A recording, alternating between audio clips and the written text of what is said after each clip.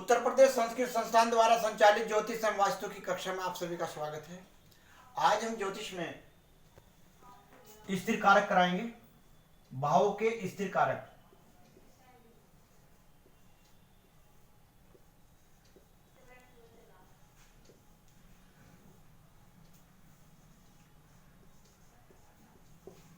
भाव के स्थिर कारक से मतलब है कि उसके परमानेंट कारक, परमानेंट मालिक। जैसा कि कल भाव पढ़ाए थे पिछली क्लास में, कुंडली में आसान तरीका हम आपको याद करने का बता रहे हैं। एक तो होते हैं स्थिर कारक जो हमेशा वही रहते हैं, किसी की भी कुंडली है, और एक होते हैं तत्कालिक कारक जो प्रत्येक की कुंडली में अलग अलग होते हैं। स्थिर कारक से मतलब यह है कि परमानेंट मालिक। कौन से भाव के परमानेंट मालिक कौन कौन से होते हैं यह भी हम आपको बता रहे हैं। जैसा कि हमने बताया था कि प्रथम भाव है, यहां से स्टार्ट करते हैं। प्रथम भाव, इसके बाद द्वितीय भाव, तृतीय भाव, चतुर्थ, पंचम, छठ, सप्तम, अष्टम, नवम, दसम, एकादश, द्वादश, यानी कि ये 12 भाव हो गए। तो पहले भाव का स्थिर कारक जो है, प्रथम भाव का स्थिर कारक हमेशा सूर्य ही रहेगा।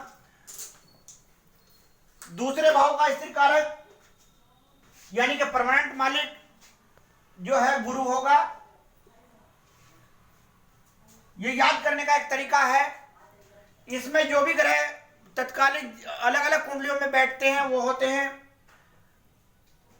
तत्कालिक प्रतिनिधित्व, तत्कालिक कारक। लेकिन जो स्थिर कारक है, हमेशा किसी की भी कुंडली है, ये स्थिर कारक जो है सबकी कुंडली में एक ही होते हैं।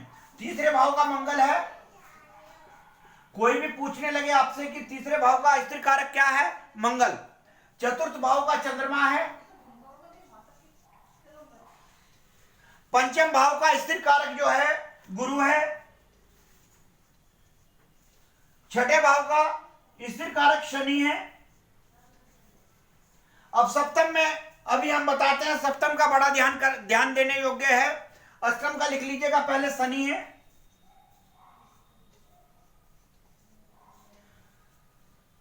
नौवें भाव का स्वामी स्थिर जो कारक है गुरु है, और 10वें का स्थिर कारक जो है वो बुध है, और 11वें भाव का स्थिर कारक जो है गुरु है, और 12वें भाव का स्थिर कारक जो है शनि है।